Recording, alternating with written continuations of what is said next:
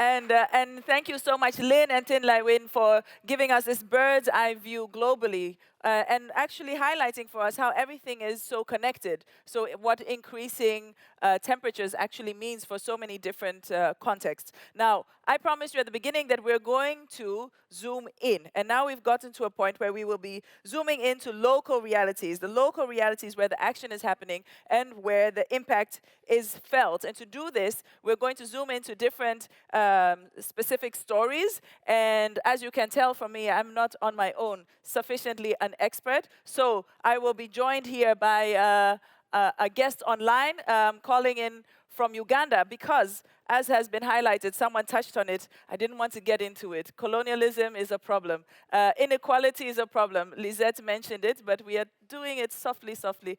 The other problem is real realities. People don't get visas and cannot join us at these conversations. Now, for us, we have hopefully a good internet connection and she can be called in. But on other platforms, it is difficult for certain people to take space even when space is made for them at the table. Our systems don't allow that, and I think we need to still consider this. Having said that, having made that point, I will move here, and I would like to invite, thank you very much, thank you for the support. I would like to invite our guest online, Josephine, to join us, and of course, our great friend here, Pablo Titonel, to please join us here on stage.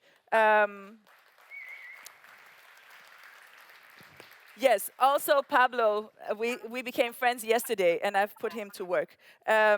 So Josephine is in Uganda, as I mentioned. Are you waving at us, Josephine? Yeah, hi, Josephine. Hi, Amar. Hi. So Josephine is the country coordinator of PELUM in Uganda. PELUM stands for Participatory Ecological Land Use and Management in Uganda. And Pablo Titonel here is, in fact, a professor. So I should say Professor Pablo Titonel because you worked very hard for that title. He's a professor of agroecology and conservation and works at the University of Groningen. There's so much more to say about my guest, but we are running out of time, so I've made it short. Don't be offended, please. As I said, we're going to be zooming in to different realities. We'll have videos, and then we'll give our guests opportunities to reflect on those videos. Our first video will be coming up soon, but before we look at our first video, which comes from Rwanda, Elisette took us there. By the way, another way to travel is through music. If you can't get visa, turn on the radio. It comes from a young entrepreneur from Rwanda. His name is Dominique Savio Imbabazi, and he's part of the Yalta program. I understand that Josephine is the host of the Yalta program in Uganda. So perhaps you can explain to us, Josephine, what is the Yalta program? Thank you so much, Amar, and thank you for giving me this opportunity. It's so absurd that I wasn't able to join the rest of you there in Netherlands, but thanks to technology, at least I am able to join and share what we think can be put on the table when it comes to issues of climate change. Pelham Uganda is the one that is hosting Yalta, and this is a project that has been ongoing since 2020 to date. And what we mainly focus on is to see how we drive the youth into sustainable food and economic development. And what we also focus on really in terms of operations, we are implementing the Yalta project in 4 countries. That is Kenya, Uganda, Ethiopia, and Rwanda. So the Yalta project, as it is by its name youth, we focus on the age group of between 18 to 15 years. And these are mainly young agricultural professionals that we are looking at, and also entrepreneurs that are aspiring to go into agroecology, because we believe this gives them an employment opportunity. Now, as Pelham Uganda, I think why we were selected is because we are a network of over 66 member organizations, and we foster the growth of agroecology through ecological land use management. Yeah. Well, I mean, it sounds like you're doing really incredible work, Josephine, in Uganda, and I wish that one day we will be able to connect to speak more about your work in Uganda with Yalta and with Aspelam, which is a network. But I promised a video, so perhaps this is the time, as an example of the work that Yalta is doing. We'll take a quick look at the video from Rwanda.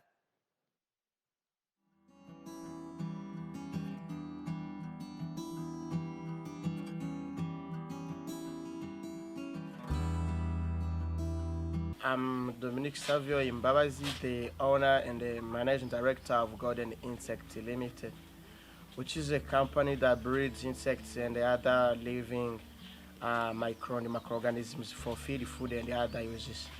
I do breed black soldier flies for animal feed production that substitute soybean and fish meal. I do breed redworms that are used in the transformation of biowaste into quality compost called the vermicompost. Vermicompost, which is the world's best in compost. I do also breed the giant African giant land snails that are consumed by humans and protein rich and cholesterol free food. And I do also permaculture and organic farming, just for the purpose of promoting sustainable food systems and by employing regenerative and circular agriculture in Rwanda. Golden Insect mainly works with farmers and different organizations and also research institutions here in Rwanda. I'm working with youth, like my farm manager is a young gentleman, and I do also have many young people who work for Golden Insect. I do also give jobs to women, as you saw it, and I'm just working with different partners, mainly like NIDA and the University of Rwanda, who helped me to test my products in the laboratory to give me like certificates showing both the nutritional profile of my products.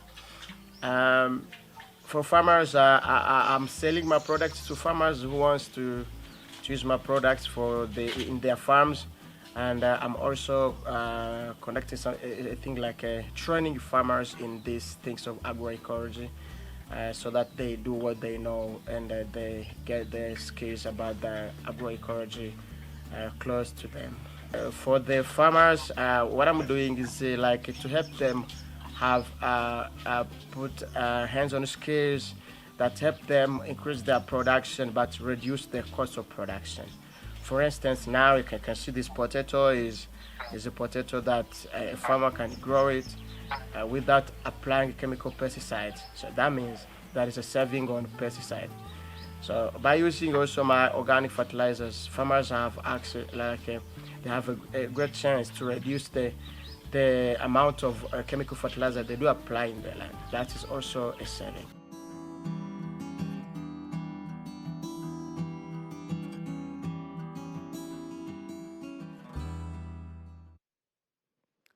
Thank you. So now that was our visit to Rwanda, a young entrepreneur who's taking a very entrepreneurial approach to, let's say, a type of circular way of handling the land. But let me start with you, Pablo.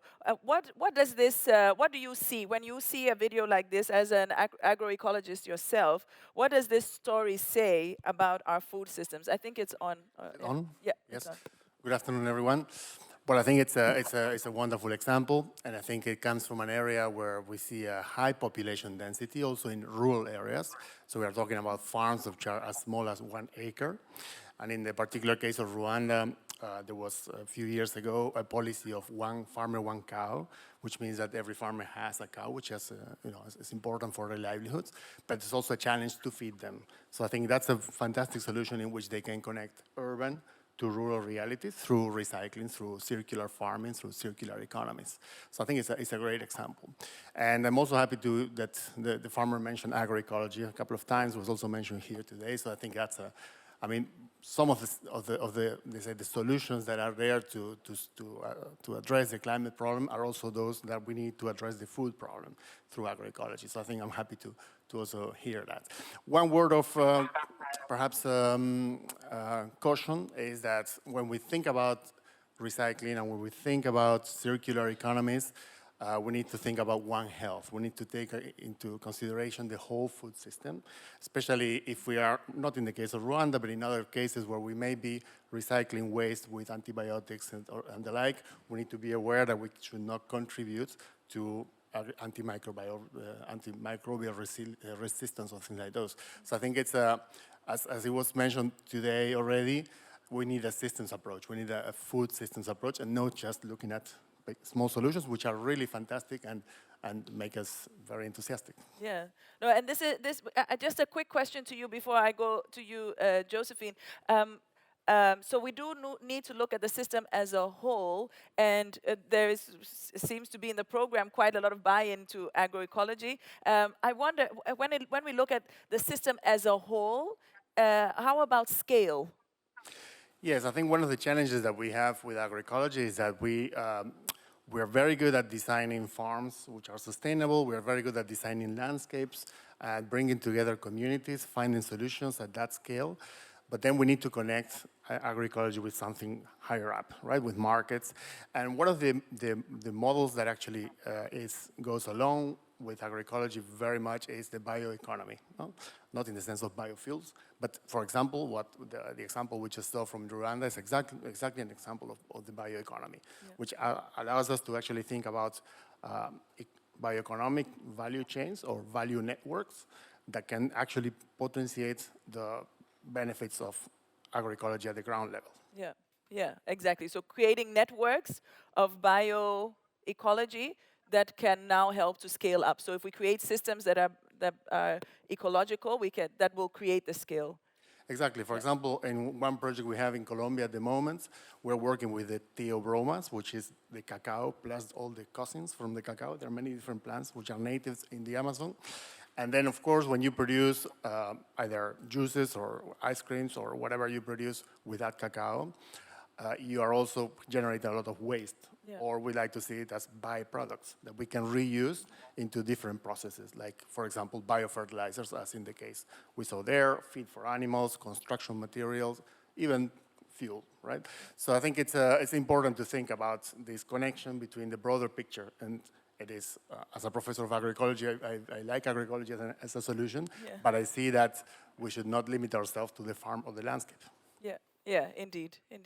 And Josephine, you are very active in this area. You are hosting Yalta in Uganda and in 4 other countries. And I'm wondering, what would you say to us that we can learn from Dominic's approach?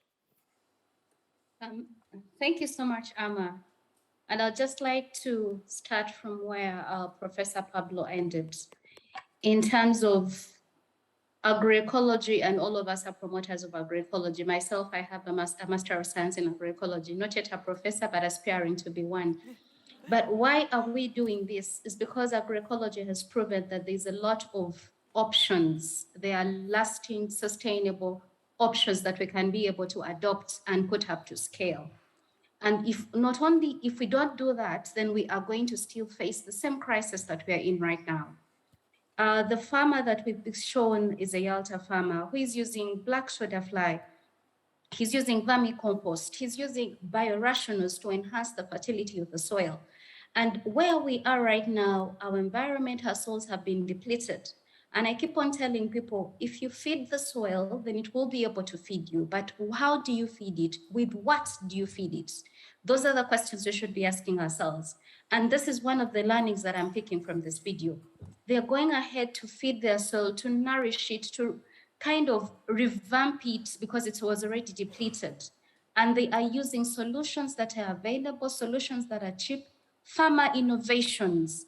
And I like the fact that they are going out of their way to work with research, to work with academia, to work with the private sector, because agroecology is built on a principle of synergy building. And this really brings it out very rightly. So for me, it's one of the things that we are learning. How do we enhance the fertility of our soil, for instance. How are we going to nourish the depleted ecosystems? Because Professor has already said agroecology is about that kind of different ecosystems coming in together and in aspects of complementarity. Not until we appreciate that concept, then there's a lot that we are missing there. I also like the fact that he's a farmer, he's working with youth, he's working with women. These are groups that are highly vulnerable and have been already kind of placed somewhere in society. And he's giving them employment, meaning he's already providing a source of income, a source of livelihood for this kind of people. And there's also the other question in terms of land tenure. In Africa, Uganda, that is also one of the African countries, we have lots of issues when it comes to land tenure security. And we all know that agriculture, agroecology, whatever name we choose to call it, is done on the land. And with all these innovations, you clearly saw that it's a small piece of land that he's trying to maximize and use effectively for him to be able to use and get that healthy Irish potato that he was showing us. So there's that bit of research and innovation, creation of knowledge, and at the same time, he's offering actually extension services to the people that he's working with. He mentioned that lots of farmers come to him to learn, and in that way, they go ahead and replicate some of these innovations. They're feeding their animals with the black soda fly larva. They're enhancing their soil by applying the vermicompost tea, and this is the way to go. So for me, these are very key learnings that we have to also talk on and replicate as much as we can if we have to put agroecology up to the scale in terms of what you're asking. Yeah. I submit. Thank you so much. You are so formal. Thank you for submitting. I appreciate you submit. I appreciate. As we are, speaking, I'm wondering if you already have key actions you would like to suggest at this point, or should we move on? Is there anything emerging for you as a key action to suggest, Josephine? Yes, one of the key actions at this point that I'd like us to focus on is the whole issue when it comes to financing. And I'm going to direct it especially to our multinational partners and the bilateral partners. There's a lot of money that is going on in terms of trying to promote innovations to address the issues that climate change is coming up with, especially the issue of food insecurity, the issues that we're grappling with in terms of droughts and pest resistance. And we're seeing a lot of innovations and huge investments going into that, investments going into the production of chemical fertilizers that are increasingly depleting our soils of very many aspects, including the health of the soil. My recommendation, therefore, is to the development partners, can we channel this investment into sustainable farming systems and options that will enhance our food to scale, that will ensure that we have sustainable food production, and agroecology has proved to give us those options. Yeah, thank you. So sustainable financing to scale up and to promote agroecology as a way to replenish and regenerate food growing systems. Do you want to say something else, or should we move to the next video? You decide. I will decide. Thank you. Thank you for reminding me. I'm the boss to decide. In that case, we are moving on to, we are going to Indonesia together. We're going to hit the streets in Indonesia, and we're going to hear from a street vendor who's going to tell us about their realities. So here's a video.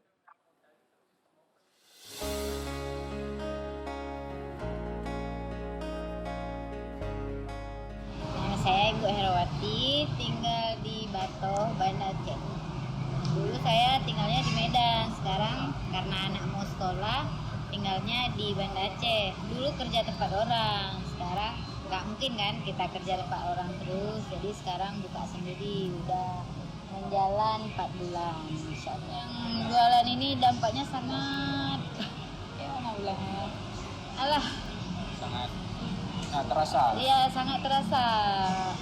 Karena harga cabai pun mahal, harga ayam pun naik, harga tepung yang naik, beras pun ikut naik. Jadi kami yang jualan ini agak kesusahan. Sekarang pelanggannya pun tidak banyak yang berkurang.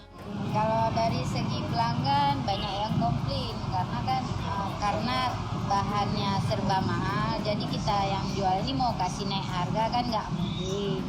Orang kan udah kesusahan, jadi terpaksa kami yang jualan ini harus naik, kurangi bahan, maksudnya nasinya dulu agak banyak sedikit, ini harus dikurangin.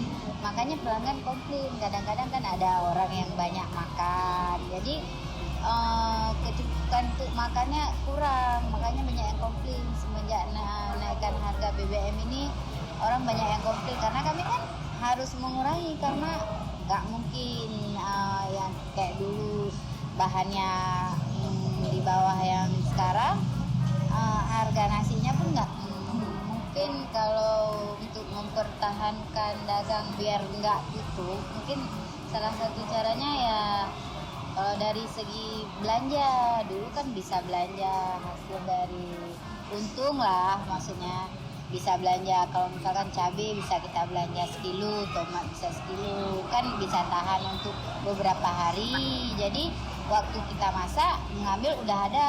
Ini nggak bisa kayak gitu karena kan harganya pun sekarang orang banyak, pelanggan pun banyak yang nggak beli, jadi untungnya pun sedikit. Jadi salah satunya ya kita kurangkan. Saran kami masyarakat kecil untuk pemerintah, sebaiknya bahan pokok di pasar distabilkan, jangan sebentar naik sebentar turun. Kalau udah naik nggak bisa turun lagi kayak gitu ya. Yang terpenting harga BBM-nya diturunkan, karena kami masyarakat kecil berdampak banget karena BBM ini naik. Ya, terima kasih. Terima kasih banyak. Thank you very much, Indonesian street vendor, for sharing this reality with us. And I wonder, you know, this looks like somebody who's caught in this tight spot of rising food prices and reduced value of money of their typical clients. How would you relate this to the food system? What do we see happening here? Maybe Pablo, you want to start? Yes, indeed. Well, first I should say that I received a link to this video yesterday, but it didn't have any subtitles. Oh, so I right. made a So totally, this is your totally different story. I thought it was a success story. Anyway, so, you know, what makes me think, so this is really what my reaction in Fresh is that this illustrates the link, the dependence on food on fossil fuels. I mean, she makes the point very clearly. And for example, if we think about like a grain produced in industrial farming, 70% of the energy in that grain comes from fossil fuels, right? And so we know that fossil fuels are finite, they're going to finish. I mean, now we have fracking and all that. But I mean, we are never going to reach peak oil production again. That was in the year 79, about 6 barrels per person. And now we need 12 barrels per person to feed ourselves in the developed world. So we're never going to reach, and making our food depend on something that's going to end, to dry out, doesn't seem to be sustainable, right? So I think that's another reason to advocate for agroecology, to make agriculture less dependent on fossil fuels. Yeah. No, thank you very much. So for you, it's really like it highlights the dependency on fossil fuels in the production system. Yes, I mean, because of course he's cooking on gas and that went up, but as a result of increasing the price of fossil fuels, which is something as a consequence of the war, as we all know, we are seeing rises in prices. Yeah. And we cannot let people starve because oil prices go up, you know, when we actually have the sunshine to actually produce our food. The food, yeah. Thank you very much. And Josephine, how do you look at this video? Did you have subtitles when you saw it? Unfortunately, I didn't. But nonetheless, I think I could hear and feel the plight of this farmer trying to make ends meet and trying to see that despite the fluctuation in the fuel prices, she has to still continue and survive. And this would take me to the current trade and market reforms that are needed. For her to be able to click that point of profit that she really desires, there has to be government and policy interventions in terms of stabilizing the market. You could clearly hear her ask her ponder on the fact that if prices go up, the fuel prices going up, it's rare that they'll come back down. So the question I was having here is, who of us is really responsible for stabilizing the different marketing prices? And we know where all this is coming from. The Russia-Ukraine invasion has brought lots of issues and instability on the table of trade. And who is really suffering the most? It is this farmer. But I appreciate the fact that she's tried to use her indigenous knowledge, her innovation in trying to still thrive despite this kind of turbulences. And that is what is really key for me. It's my takeaway that amidst the increase in fuel prices, that she can't even afford the gas anymore. What is she trying to do to ensure that she continues thriving, her market is thriving? The whole issue of the bulk purchase.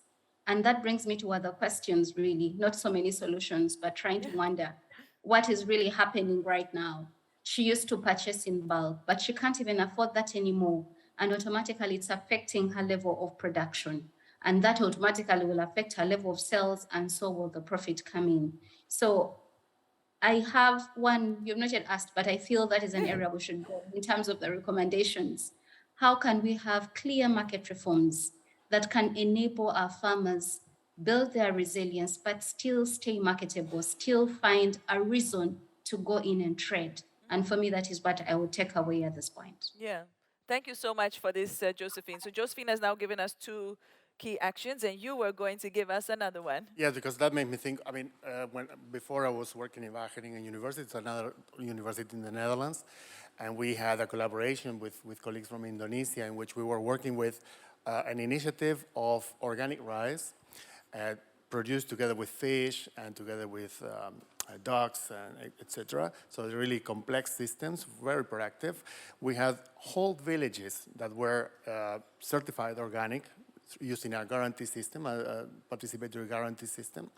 And they had a bit of a difficulty to actually sell their produce, you know?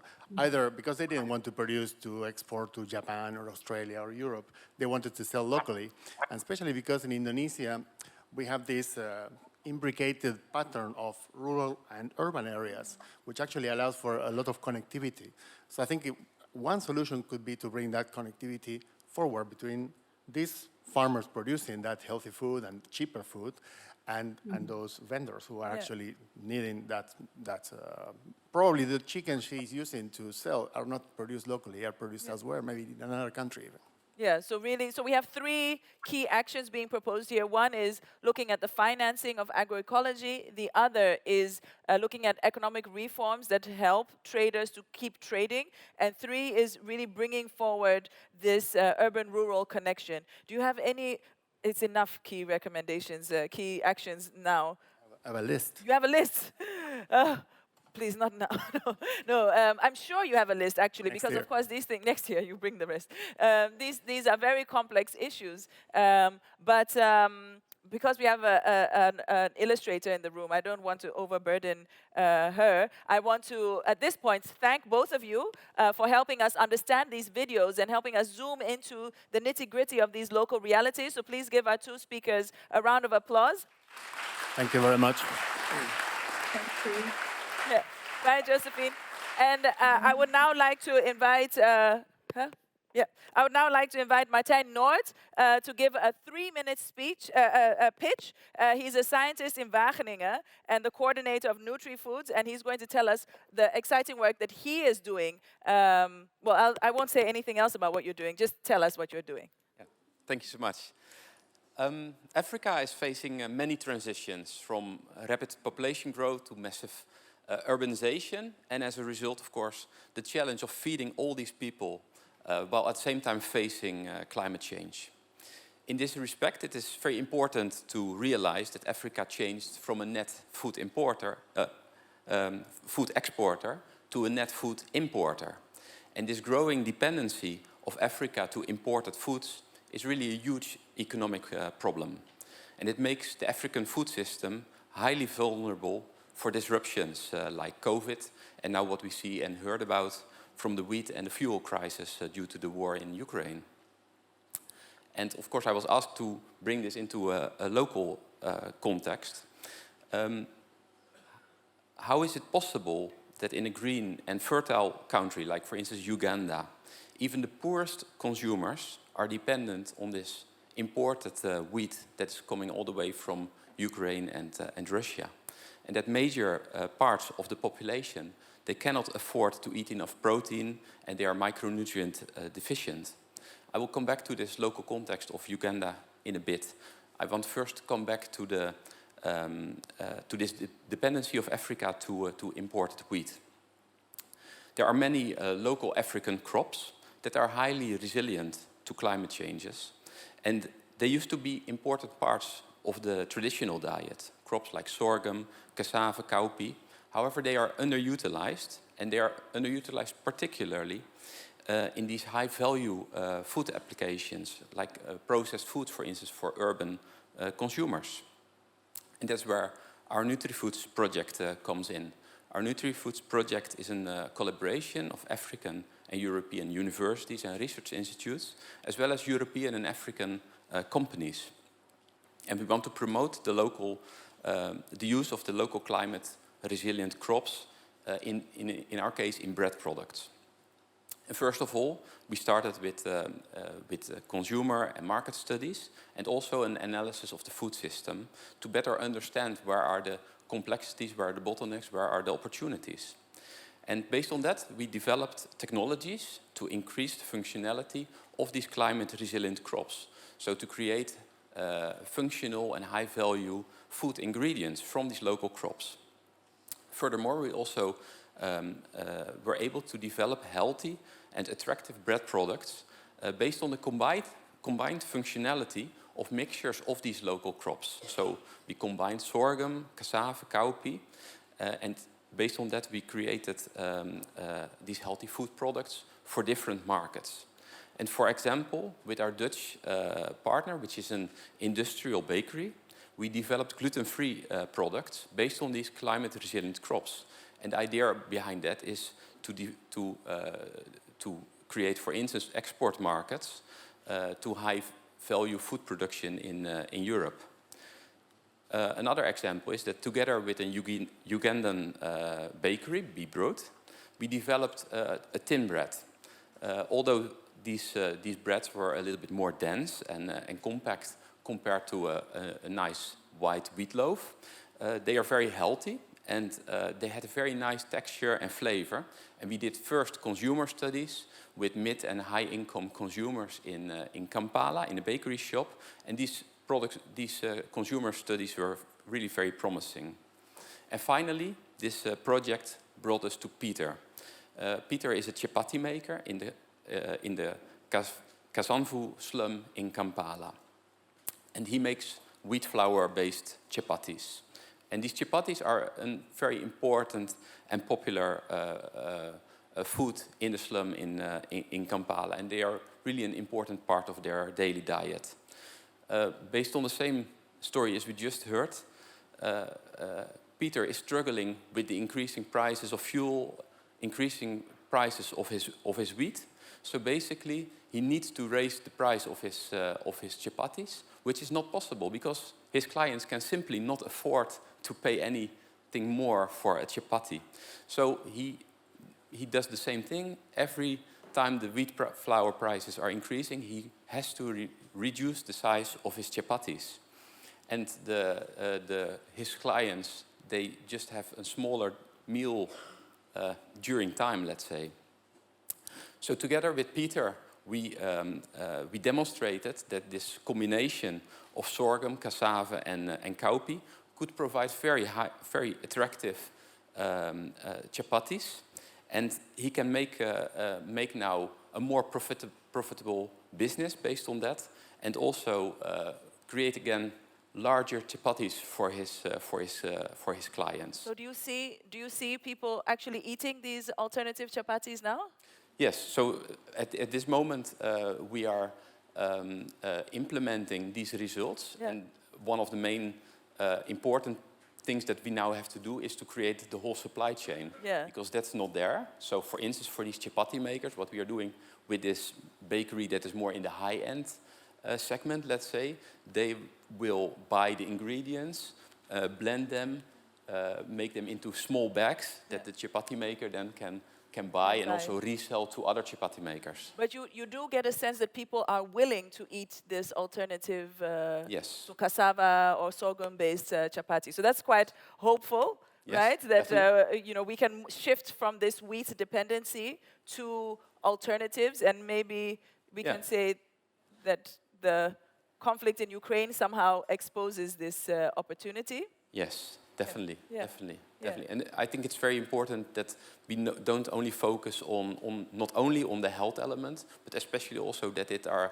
let's say, convenient products for the modern urban consumers also in Africa. Yeah, okay. Thank you so much for helping us understand that there are alternatives out there and for your great work. Thank you, Martijn. Yeah.